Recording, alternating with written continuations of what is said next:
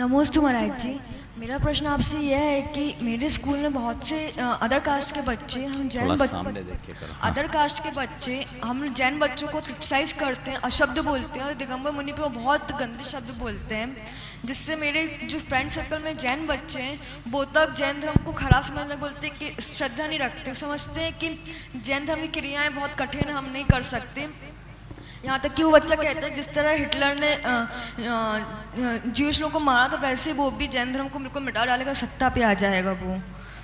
ऐसा है, देखो ये उनका दोष नहीं, दोष उनकी अज्ञानता का है। इस बच्चे ने बहुत गंभीर प्रश्न किया और मैं कहना चाहता हूँ कि हर पेरेंट्स को और हर बच्चे को इस विषय में अवेयर होने की ज़रूरत है। जैन धर्म की वास्तविक जानकारी न हो पाने के कारण लोग जैन धर्म को गलत तरीके से प्रस्तुत करते हैं। जैसे जैन धर्म एक कठोर साधना है, जैनियों में बड़ी कठोरता है, जैन लोग ऑर्थोडॉक्स होते हैं, एक बात की जाती है। और जैन धर्म के अनुसार दिगंबर मुनि की चर्या को कई लोग समझ नहीं पाते। इसके लिए सबसे पहली ज़रूरत तो है कि हम अपने जैन बच्चों को इस बात को ठीक ढंग से समझाएं कि दरअसल जैन धर्म है क्या, और जैन मुनि यदि दिगंबर हैं तो उनके दिगंबर होने का आशय क्या है, वो लज्जा की बात है या गौरव की बात, इसे समझाएं। सबसे पहले जैन धर्म के विषय में आपको बहुत अच्छे से जानने की ज़रूरत है। आपसे जब कभी जैन धर्म की बात आए तो उनको कहें कि जैन धर्म एक कठोर धर्म नहीं, जैन धर्म एक ऐसा वैज्ञानिक धर्म है जो हमें संतुलित जीवन जीने की जीवन शैली बताता है। एक ऐसा धर्म जो जियो और जीने दो का मार्ग बताता है, जो हमको सेल्फिश होने से बचाता है, जो हमें एग्रेसिव होने से बचाता है, जो हमें शांत, संयत और संतुलित जीवन जीने की प्रेरणा देता है। हम उन्हें बताएं कि एक जैन जितना अच्छा जीवन जी सकता है उतना अच्छा जीवन कोई नहीं जी सकता। ये सीख हम अपने बच्चों को दें। जॉर्ज बर्नार्ड शॉ, जो आयरलैंड का एक बहुत बड़ा दार्शनिक विद्वान, उसको जब जैन ग्रंथ दिए गए, पूरा शाकाहारी तो था ही, रात्रि भोजन का त्याग कर दिया। और तुषार गांधी, जो गांधी जी के पौत्र थे, उनने उनसे कोई इंटरव्यू लिया था और उस इंटरव्यू में उन्होंने जो एक बात कही वो प्रत्येक जैनी के लिए बहुत गर्व की बात है। बर्नार्ड शॉ ने कहा कि if there is rebirth, I wish to born in Jain family. George Bernard Shaw Jain धर्म से इतने प्रभावित थे, तो आप जैन धर्म की बातें बताएं। जैन धर्म है क्या? किसी को मारो मत, कहीं झूठ मत बोलो, किसी की चोरी मत करो और खोटा आचरण मत करो, संतोष से जियो। इससे अच्छा जीने का तरीका और किसमें होगा? इसी सिद्धांत के कारण तो जैन लोग आज समाज में आदर पाते हैं और बड़े बड़े संगीन अपराधों में जैनों का स्थान नहीं हो। अभी मैं कलकत्ता में थे तो वहाँ डॉक्टर अनिकांत जैन पर्यूषण में प्रवचन के लिए आए। उन्होंने कहा कि महाराज मैं एक कार्यक्रम में आया था और उस कार्यक्रम में भारत के प्रधान न्यायाधीश भी शामिल हुए और उन्होंने अपने वक्तव्य में कहा कि विभिन्न तबके के लोग आतंकवादी बने, पर बड़े गर्व के साथ उस भारत के प्रधान न्यायाधीश ने कहा कि जैन कभी आतंकवादी नहीं बन सकता, क्योंकि जैन जियो और जीने दो का सिद्धांत बताता है। तो ये कमजोरी आपकी है, आप अपने बच्चों को जैनत्व का बोध नहीं कराते हैं। पहली बात तो बच्चों को जैनत्व का बोध कराएं, पर कब कराएं? आपको खुद को बोध हो तब तो। आप तो बच्चा होश नहीं संभालता, कॉन्वेंट में भेज देते हो और दिन भर उसको बिजी रखते हो ताकि आप इजी बने रहो। ये क्या तरीका है?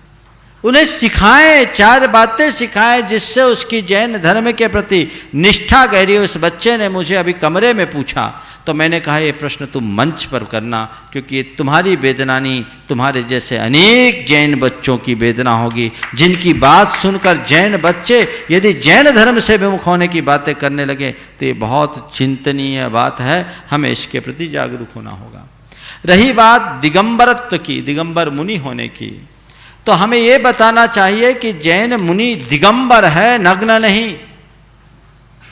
नग्न होना और बात है और दिगंबर होना और बात है।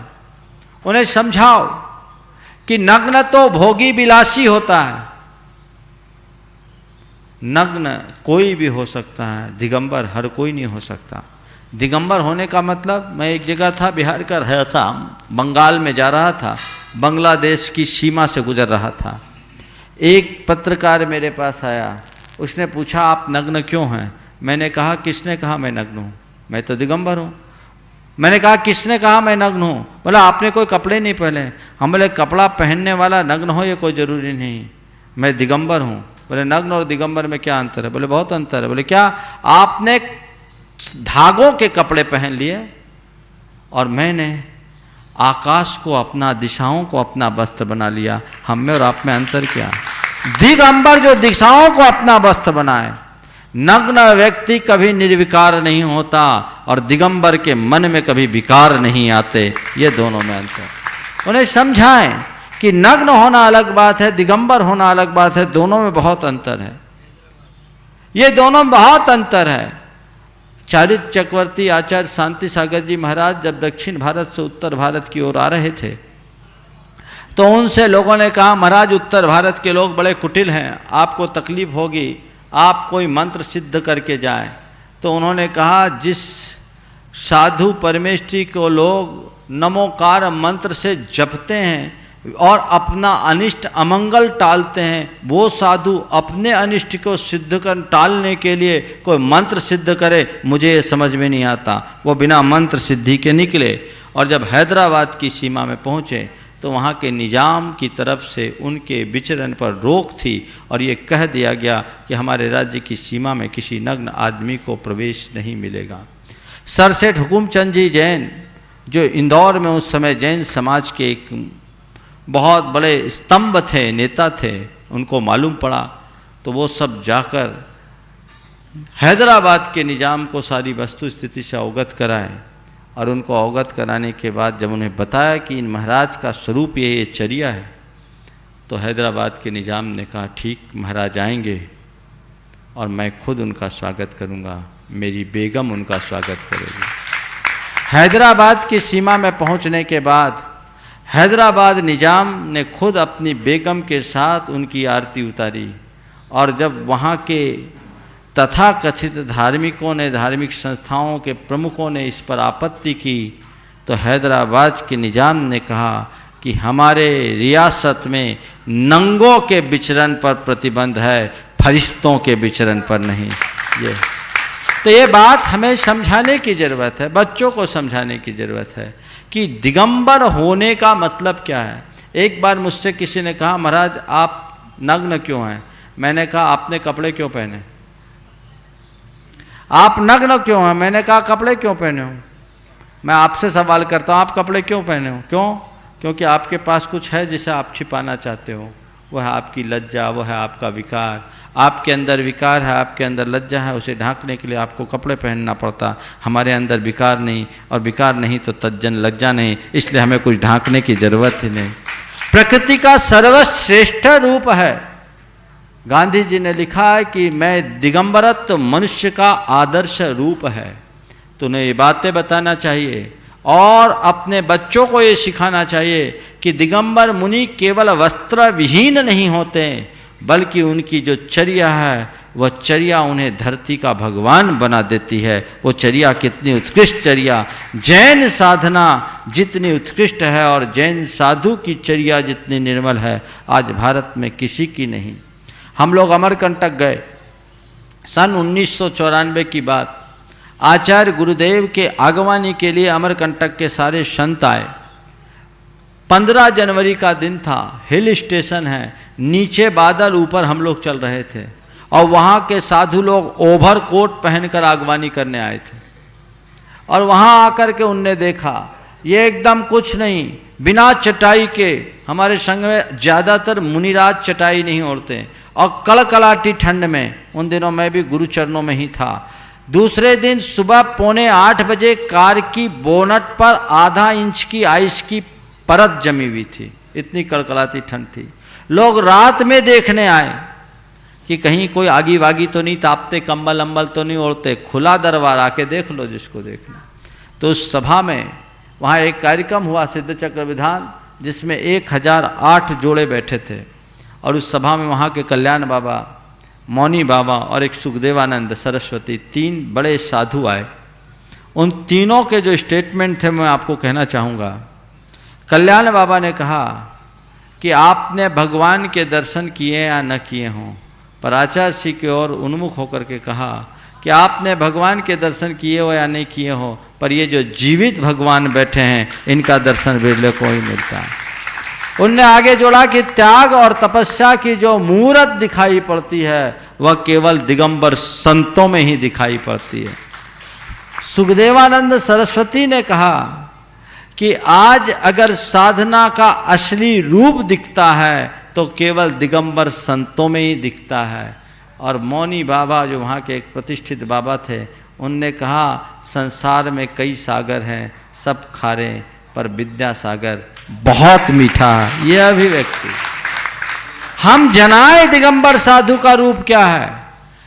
आज हमारे बच्चों के मन में छवि क्या है, महाराज के पास जाओ, मुनि महाराज के पास जाओ, वो कोई तुमको जबरदस्ती नियम दे देंगे, संयम दे देंगे। अरे मुनि महाराज हैं क्या ये तो बताओ। 24 घंटे में एक बार भोजन पानी करना कोई सामान्य बात है? आज के युग में आश्चर्य की बात है। सन 1984 में मड़िया जी में चातुर्मास था। इंदिरा गांधी हत्याकांड के कारण पूरे के पूरे जबलपुर में उबाल था और सेना के हवाले कर दिया गया था। और वहाँ नगा रेजिमेंट के लोग थे, मड़िया जी तक उसकी सीमा थी। और वहाँ के पूरे लेफ्टिनेंट जनरल से लेकर सेना के जितने भी अधिकारी थे संघ के दर्शन करने आते थे। और जब उनको मालूम पड़ा कि ये 24 घंटे में एक ही बार भोजन और पानी लेते हैं तो उनके मुख से पहला प्रश्न आश्चर्यपूर्वक निकला कि यदि 24 घंटे में एक बार भोजन पानी लेते हैं तो जिंदा कैसे हैं? बताओ, 24 घंटे में एक बार पानी लेना, एक बार भोजन लेना, हमेशा पैदल विहार करना, किसी जूते चप्पल का उपयोग नहीं करना, सर्दी गर्मी बरसात में ऐसे निरावरण रहना, आधुनिक सुख सुविधाओं से दूर रहना, कोई हंसी खेल की बात है? अपने हाथों से केश लोच करना, कभी किसी से किसी को श्राप नहीं देना, किसी से प्रसन्न होकर वरदान नहीं देना, निंदा करने वाले पर और उपसर्ग करने वाले पर सम दृष्टि रखना, धरती पर भगवान का ही रूप हो सकता है। ये बात बच्चों को बताना चाहिए। और जब बच्चों के सामने ऐसे प्रश्न आए तो बच्चों को भी उन्हें बहुत दृढ़ता से बताना चाहिए और उन्हें एक ही बात करना चाहिए, तुम्हारे मन में मुनि महाराज को लेकर जो भी धारणाएं, एक बार मेरे साथ हमारे महाराज के पास चलो, फिर आकर के बताना कि तुम किसी नंगे से मिलकर आए या किसी धरती के भगवान से मिलकर गए हो, तुम्हारी धारणा खुद पलट जाएगी। इसलिए इसमें कुछ भी अश्लीलता की बात नहीं, कुछ भी असंगत बात नहीं, केवल ये अज्ञानता की बात है और उस अज्ञानता का निवारण होना चाहिए।